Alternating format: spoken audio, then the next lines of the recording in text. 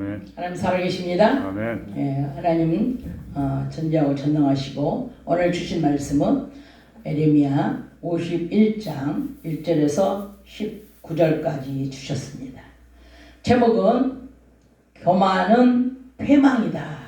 교만은 패망이다. 역사의 주관자는 하나님이십니다. 흘러온 역사도 하나님께서 주관하셨고 오늘을 사는 저 여러분도 하나님 역사 속에 흘러가고 있습니다. 저 여러분이 역사의 영적 위인으로 남겨지기를 주 예수 그리스도 이름으로 축원합니다. 아멘. 본문 말씀에는 1절서부터 보시면 하나님께서 바벨론을 멸망시키겠다는 메시지입니다. 하나님께서 예언하시고 또 예언하신 것을 성취시키십니다. 하나님께서 바벨론을 멸망시킬 자에게 이제 심령의 강풍을 불게 해가지고 그래서 키질을 하시겠다고 말씀하셨습니다. 3절 4절에 보시면 바벨론 사람들이 소중히 여겼던 돈과 또 보화, 집, 가족까지도 하나님께서 모두 진멸하실 것을 말씀하셨습니다. 심판의 도구로 사용하실 이 메대 바사의 군대를 통하여 바람을 일으켜 키질을 해서 모두 날려버리겠다는 것입니다. 마치 죽정이로 여기신 것입니다. 5절 6절에는 이스라엘이나 유다가 이스라엘의 거룩한 자 하나님을 거역한 죄가가 땅에 이제 가득하지만 그러나 영적인 아내로 여전히 사랑하시고 영적인 남편으로서 바벨론으로부터 구원해 주실 것을 말씀하십니다. 그러니 이제 바벨론 가운데서 도망하여 나와가지고 각자 생명을 구원하고 그의 죄악으로 인하여 하나님과 단절하지 말라고 말씀하셨습니다.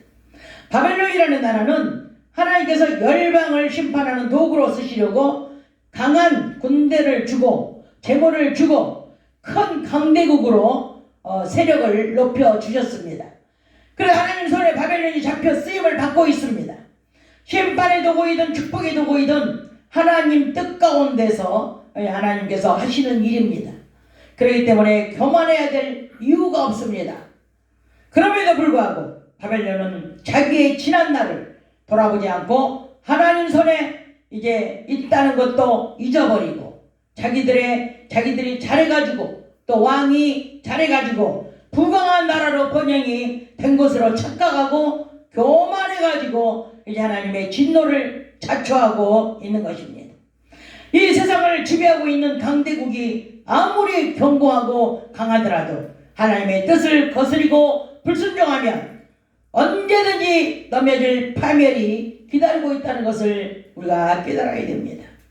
하나님께서 바벨론을 심판하실 것을 예언하시고 대행자를 세우셨는데 바로 바사왕 고레스라는 사람을 하나님 손에 붙잡고 하나님의 도구로 쓰십니다.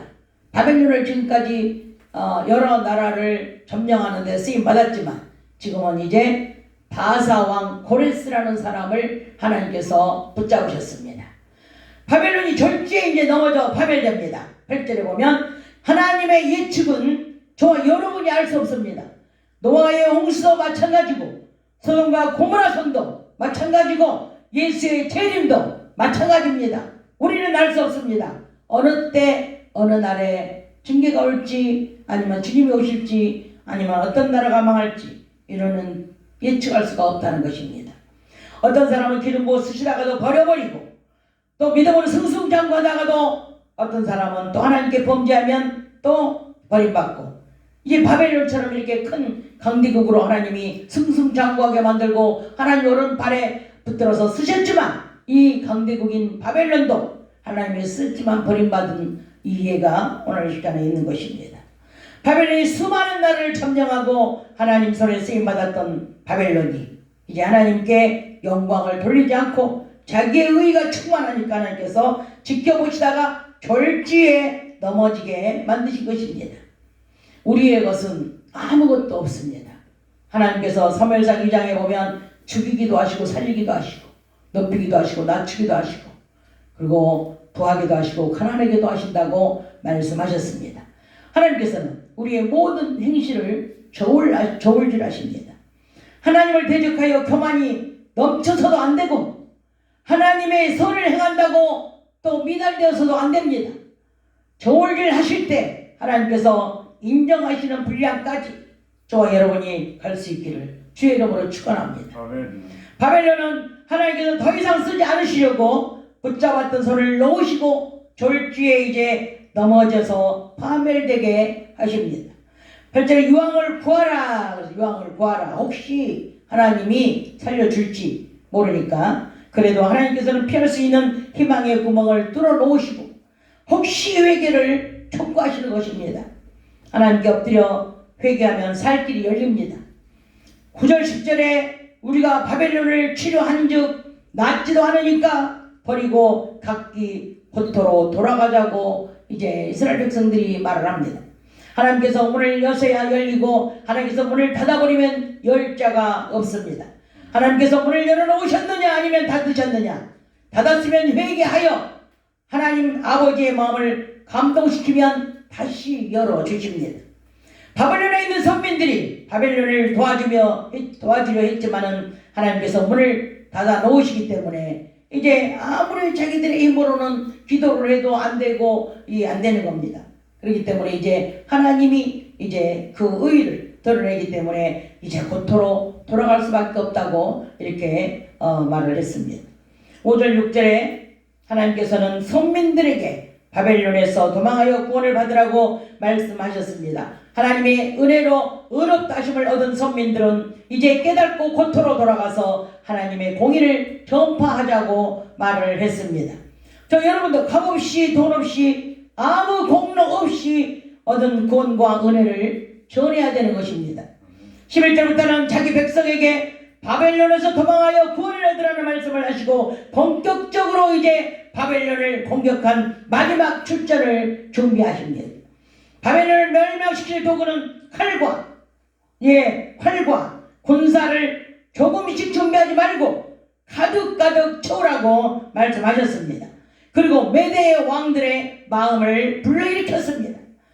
이제 왕들은 왕과 손잡고 이제 이런 방백들까지 다 그 말을 하는 겁니다. 뭐 왕들이라고 했고 뭐 나라의 왕들이 많나 이렇게 생각할지 모르는데 그게 아니고 그 방백들까지 다 쓸어잡아서 왕들이라고 이렇게 표현을 했습니다.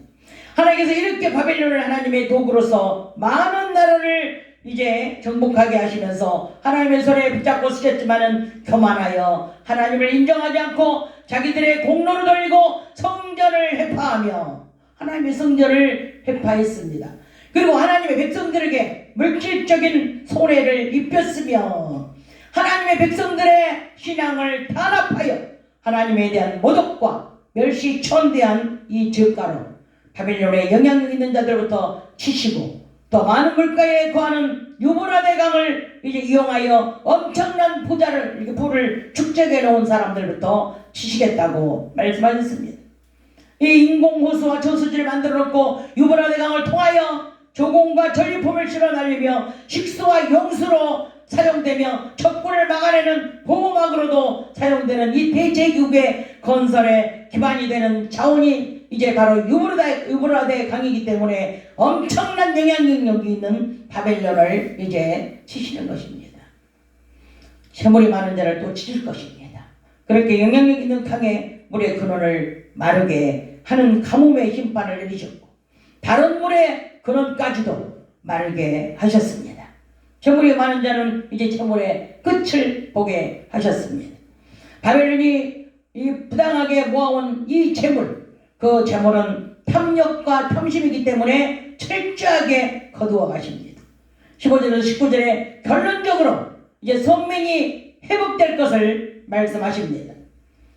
14절에 하나님의 백성이 바벨론에서 같은 죄를 지었지만은 이스라엘과 맺은 언약 때문에 용서해 주시고 바벨론은 하나님의 백성을 잔인하게 학대하고 멸시천대하는 것을 보셨기 때문에 그 대가를 치르기 위해 진멸을 시키신 것입니다. 하나님의 백성을 건들면 하나님께 용서하지 않습니다. 오늘날도 마찬가지예요. 하나님의 자녀를 건들면 절대 그냥 놔두지 않습니다.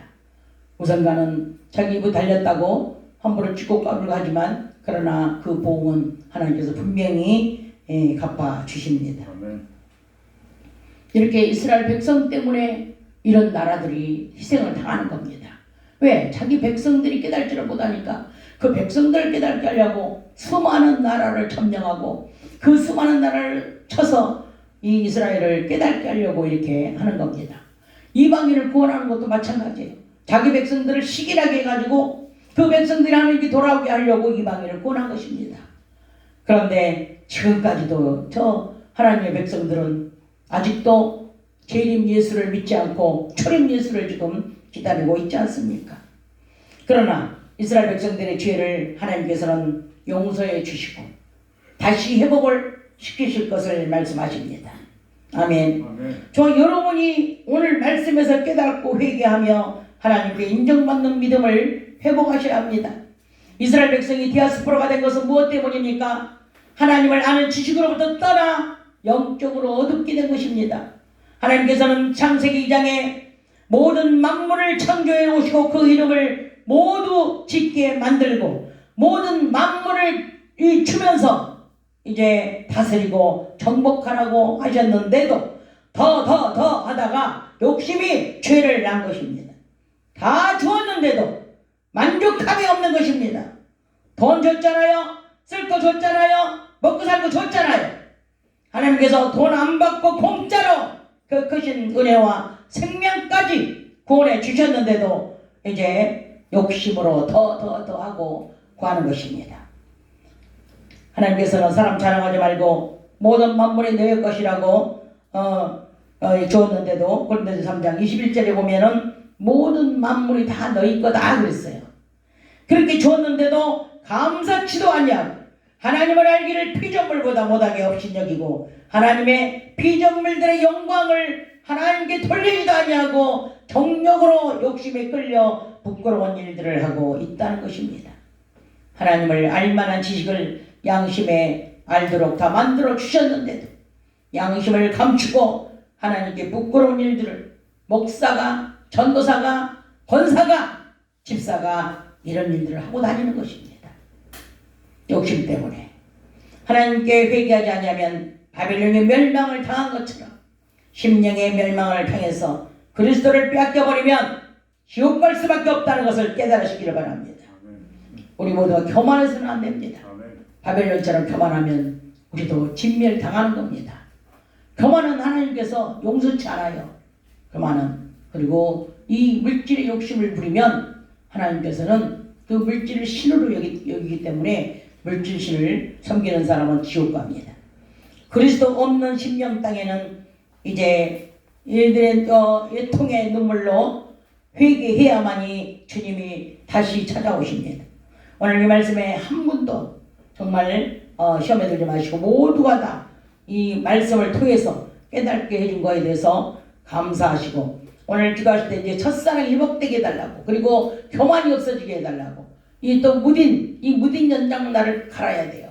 우리는 늘 이 좋은 말씀을 들으면서도 깨닫지를 못하니까 이 무뎌져 양심이 무뎌지고 마음이 무뎌지고 영적인 것이 무뎌져가지고 말씀을 들을 때만 헌성으로 그냥 아멘 하지 진심으로 이 마음이 우러나오는 회개가 없고 진심으로 우러나오는 깨달음이 없고 진심으로 하나님께 감사가 나오지 않는다는 것입니다.